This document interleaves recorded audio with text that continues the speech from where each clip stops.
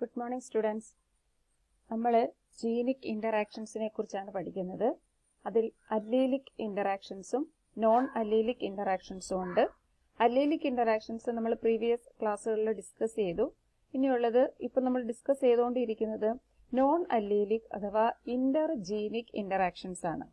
That means interactions between genes which are present in different loci of either the same chromosome or different chromosome. ഒരേ ക്രോമസോമിലെയോ അല്ലെങ്കിൽ വ്യത്യസ്തങ്ങളായ ക്രോമസോമുകളിലെയോ different ലോക്കസിൽ ഇരിക്കുന്ന jeans തമ്മിലുള്ള interactions ആണ് non allelic interactions. അതിൽ കഴിഞ്ഞ ക്ലാസ്സിൽ ഫസ്റ്റ് അത് ഒരു type interaction non allelic interaction നമ്മൾ ഡിസ്കസ് ചെയ്തു. അത് കോ എപ്പിസ്റ്റാറ്റിക് ജീൻ ആണ്. കോ എപ്പിസ്റ്റാറ്റിക് ജീൻസ് എന്ന് പറഞ്ഞാൽ the genes which are present in different loci but when they are present separately they may be producing different phenotype, but when they are present together they will interact each other to produce a new type of phenotype. അതിന് example നമ്മൾ പറഞ്ഞത് comb pattern in poultry. രണ്ട് jeans, രണ്ട് separate jeans, അവർ രണ്ടുപേരും independent ആയിരിക്കുന്ന dominant കണ്ടീഷനിൽ ഓരോ type comb pattern ആയിരിക്കും ഉണ്ടാക്കുക. ദെൻ അവർ രണ്ടും കൂടി ഒന്നിച്ച്, രണ്ട് ജീൻസും ഒന്നിച്ച് പ്രസന്റ് ആവുമ്പോൾ അല്ലെങ്കിൽ ഒന്നിച്ച് വരുന്ന സമയത്ത് പരസ്പരം ഇന്ററാക്ട് ചെയ്തിട്ട് ഒരു പുതിയ ടൈപ്പ് ഫീനോറ്റിപ്പിക് എക്സ്പ്രഷൻ ആയിരിക്കും പ്രൊഡ്യൂസ് ചെയ്യുക. ഈ പ്രൊഡ്യൂസ് ചെയ്യപ്പെടുന്ന ഫീനോറ്റിപ്പിക് എക്സ്പ്രഷൻ പക്ഷേ നമുക്ക് 9:3:3:1 എന്ന് പറയുന്ന റേഷ്യോയിൽ തന്നെ F2-ൽ, അതായത് മെന്റീലിയൻ റേഷ്യോയിൽ തന്നെയാണ് F2-ൽ അപ്പിയർ ചെയ്യുന്നത്. ഇനി ഒരു പുതിയ ടൈപ്പ് നോൺ അല്ലീലിക് ഇന്ററാക്ഷൻ ആണ് ഈ ക്ലാസ്സിൽ നമ്മൾ പരിചയപ്പെടാൻ പോകുന്നത്. അതായത് complementary gene actions. Complementary genes അതായത് ഇതും രണ്ട് ഡിഫറെന്റ് ജീൻസ് തമ്മിലുള്ള ഇന്ററാക്ഷൻ ആണ്. ഈ ടൈപ്പ് ഇന്ററാക്ഷൻ കൊണ്ട് മെന്റീലിയൻ റേഷ്യോ മോഡിഫൈ ചെയ്ത് 9:7 എന്ന് പറയുന്ന പുതിയ ഒരു റേഷ്യോ ആണ് നമുക്ക് കിട്ടാൻ പോകുന്നത്. ഈ കോംപ്ലിമെന്ററി ജീൻ ആക്ഷന് ഒരു ബെസ്റ്റ് എക്സാമ്പിൾ ആണ് flower colour in sweet peas. Then എന്താണ് കോംപ്ലിമെന്ററി ജീൻസ് എന്ന് നോക്കാം. These are two independent dominant genes occurring in different loci of either the same or different chromosome but produce similar phenotypic effect when present separately, but which together interact to produce a different trait, but neither of them produce the same in the absence of the other, known as complementary genes. അതായത് ഇതിൽ നിന്ന് വളരെ definition കേൾക്കുമ്പോൾ പേടിക്കേണ്ടതില്ല, പറഞ്ഞു തരാം. അതായത് രണ്ട് different jeans, dominant jeans, ഒന്നില്ലെങ്കിൽ ഒരേ ക്രോമസോമിലെയോ അല്ലെങ്കിൽ വ്യത്യസ്തങ്ങളായ ക്രോമസോമിലോ ഇരിക്കുന്ന രണ്ട് dominant genes produces similar phenotypic effect. ഈ രണ്ട് ജീൻസും പ്രൊഡ്യൂസ് ചെയ്യുന്നത് ഒരേ ഫീനോട്ടിപ്പിക് ഇഫക്റ്റ് ആണ് വെൻ പ്രസന്റ് സെപ്പറേറ്റ്ലി. അതായത് രണ്ട് ഡോമിനന്റ് ജീനും സെപ്പറേറ്റ് പ്രസന്റ് ആയിരിക്കും. അതായത് രണ്ടും ഡോമിനന്റ് കണ്ടീഷനിലില്ല. എ എന്നും ബി എന്നും പറയുന്ന രണ്ട് ജീനുണ്ട്. ഇതിൽ either A or B dominant ആയിരിക്കുന്ന കണ്ടീഷനിൽ അവർ ഒരേ ഫീനോട്ടിപ്പിക് എഫക്റ്റ് ആയിരിക്കും പ്രൊഡ്യൂസ് ചെയ്തത്.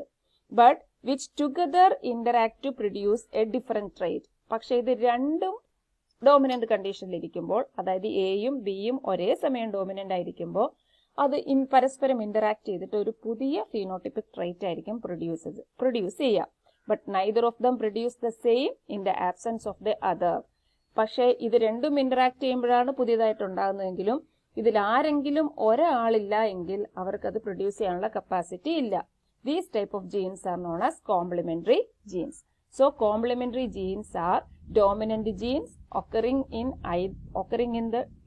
in different loci of either the same or different chromosome and produces similar phenotypic effect when present separately, but when they are present together they may interact to produce a new type of trait, are known as complementary genes. ഇതൊരു example പറഞ്ഞ് explain ചെയ്യുമ്പോൾ നിങ്ങൾക്ക് വളരെ simple ആയിട്ട് മനസ്സിലാവും.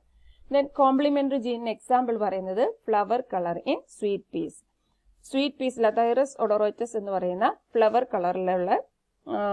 Flower കളറിൽ inherit ചെയ്യുന്ന pattern ഈ കോംപ്ലിമെന്ററി ജീനിന്റെ പാറ്റേൺ ആണ്.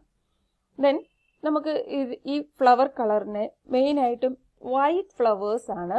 വൈറ്റ് ഫ്ലവേർഡും പർപ്പിൾ ഫ്ലവേർഡുമായിട്ടുള്ള രണ്ട് ടൈപ്പ് സ്വീറ്റ് പീ പ്ലാന്റ്സ് ആണ് ഐഡന്റിഫൈ ചെയ്തിരിക്കുന്നത്.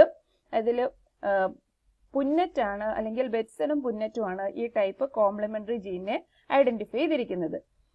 ദെൻ ഈ ടൈപ്പില് നമുക്ക് വൈറ്റ് എന്ന്, അതായത് സാധാരണ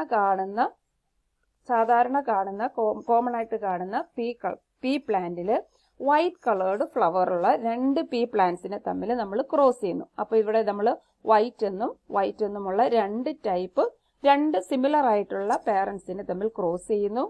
ദെൻ നമുക്ക് കിട്ടിയത് ഒരു പർപ്പിൾ കളേർഡ് ആയിട്ടുള്ള ഇൻഡിവിജ്വൽ ആണ്. അപ്പൊ സ്വാഭാവികമായിട്ടും എന്തായിരിക്കും, ഈ വൈറ്റ് എന്ന് പറയുന്ന ഫ്ലവർ കളറിനെ കൺട്രോൾ ചെയ്യുന്നത്, അല്ലെങ്കിൽ ഈ പർപ്പിൾ എന്ന് പറയുന്ന ഫ്ലവർ കളറിനെ കൺട്രോൾ ചെയ്യുന്നത് രണ്ട് സെപ്പറേറ്റ് ജീൻസ് ആണ്. സി എന്ന് പറയുന്ന ജീനും പി എന്ന് പറയുന്ന ജീനും. ഈ രണ്ട് ജീനുമാണ് ഈ പർപ്പിൾ പ്രൊഡ്യൂസ് ചെയ്യാൻ കാരണം. ദെൻ ഇതിൽ സി മാത്രമാണ് ഡോമിനന്റ് കണ്ടീഷനിലുണ്ടെങ്കിൽ അത് പ്രൊഡ്യൂസ് ചെയ്യുന്നത് വൈറ്റ് ടൈപ്പേ പ്രൊഡ്യൂസ് ചെയ്യാൻ പറ്റുള്ളൂ. ദെൻ ഈ പി മാത്രമാണ് ഡോമിനന്റ് കണ്ടീഷനുള്ള, സി റെസസീവ് ആണെങ്കിൽ അതും വൈറ്റ് ആയിട്ട് അപ്പിയർ ചെയ്യും. അപ്പോ ഈ വൈറ്റ് പാരന്റ്സിന് തന്നെ ജീനോ ടൈപ്പ് രണ്ട് തരത്തിലുള്ള ജീനോ ടൈപ്പ് ആവാം. ഒന്നില്ലെങ്കിൽ ക്യാപിറ്റൽ സി, അപ്പൊ ആര് റെസസീവ് ആയിരിക്കണം, പി റെസസീവ് ആയിരിക്കണം.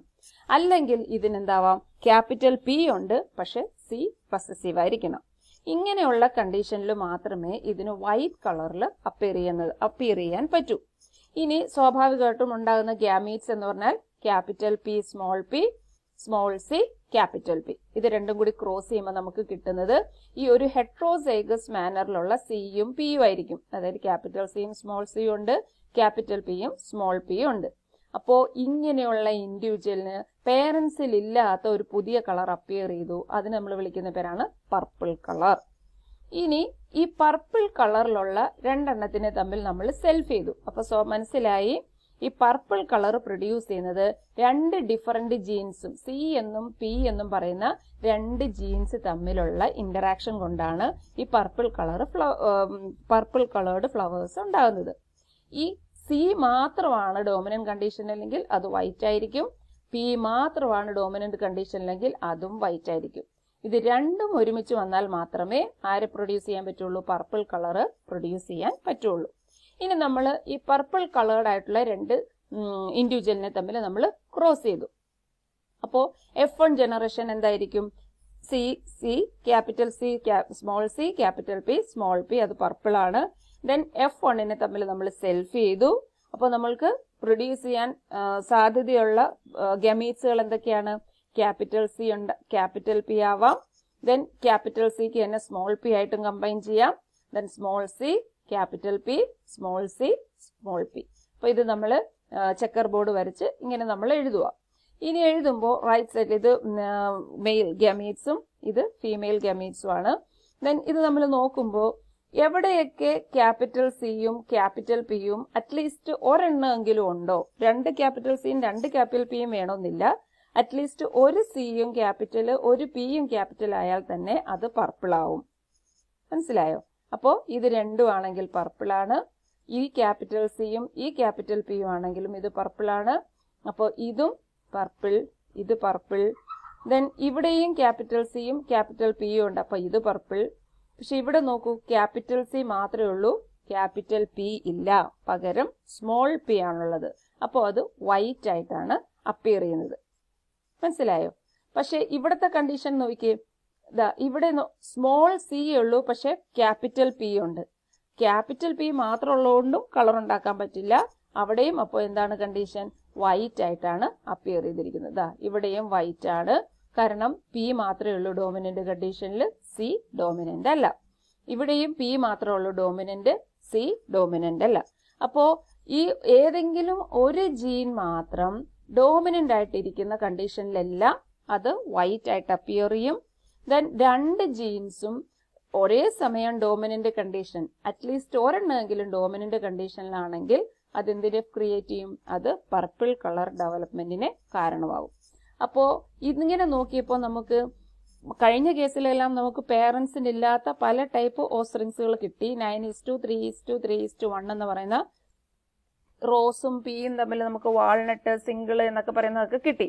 പക്ഷെ ഇവിടെ റോസും പിയും തമ്മിൽ നമ്മൾ ക്രോസ് ചെയ്തപ്പം അവിടെ എന്താണ്, കഴിഞ്ഞ കോ എപ്പിസ്റ്റാറ്റിക് ജീനിൽ നമുക്ക് വാൾനട്ട് എന്ന് പറയുന്ന പുതിയൊരു ജീനും സിംഗിൾ എന്ന് പറയുന്ന പുതിയൊരു ഫീനോടൈപ്പും ഒക്കെ കിട്ടിയിരുന്നു.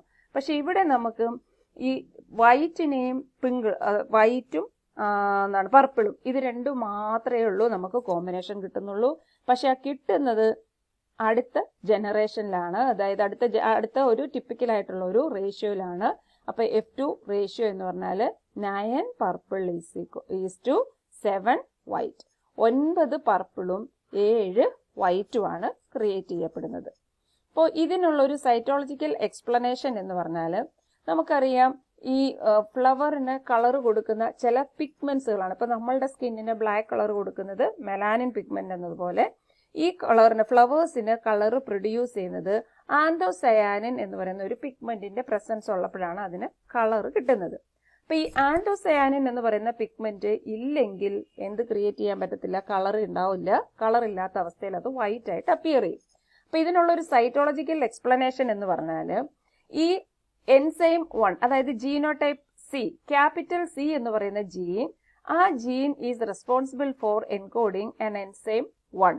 എൻസൈമിനെ നമുക്ക് ഡിനോട്ടഡ് ബൈ 1 എന്നുകൊണ്ട് ഡിനോട്ട് ചെയ്തിരിക്കുന്ന ഒരു എൻസൈം പ്രൊഡ്യൂസ് ചെയ്യുന്നതിന് ഈ ക്യാപിറ്റൽ സി എന്ന് പറയുന്ന ജീൻ ആവശ്യമാണെന്ന് വിചാരിക്കുക.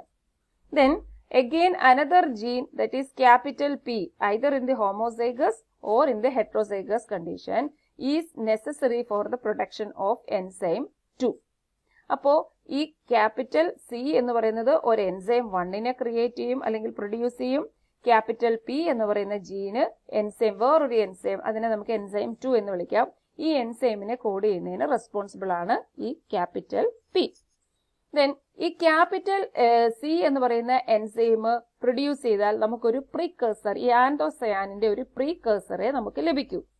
ഈ പ്രീകേഴ്സറിനെ പിന്നീട് ആന്തോസയാനിനായിട്ട് മാറ്റണമെങ്കിൽ ഈ എൻസൈം 2ഉം കൂടി വേണം. അതായത് ഈ എൻസൈം 1ഉം എൻസൈം 2ഉം രണ്ടും കൂടി ആക്ട് ചെയ്താൽ മാത്രമേ എന്തുണ്ടാക്കത്തുള്ളൂ, ഈ ആന്തോസയാനിൻ എന്ന് പറയുന്ന പിഗ്മെന്റ് പ്രൊഡ്യൂസ് ചെയ്യുള്ളൂ.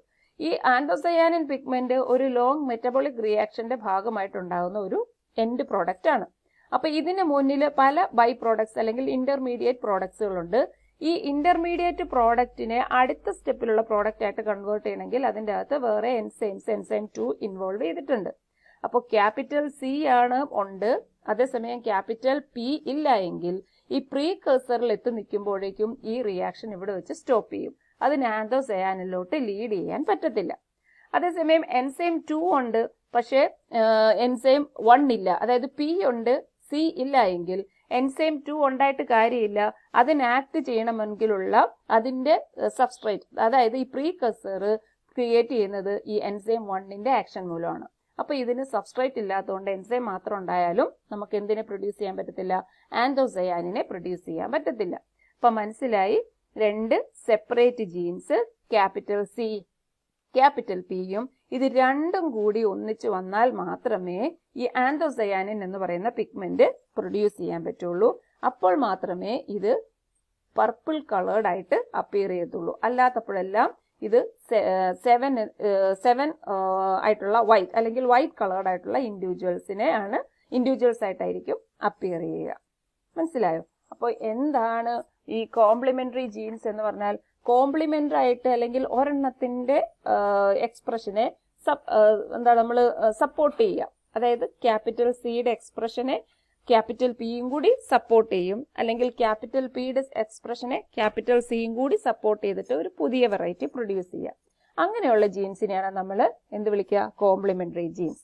അപ്പോൾ complementary genes are different genes which are located in different locus. 2 dominant genes located in different loci of either the same or different chromosome, and they produce the same phenotypic effect when they are present separately, but when they are present together they may interact to produce a new phenotypic expression. Example, flower color in sweet pea plant.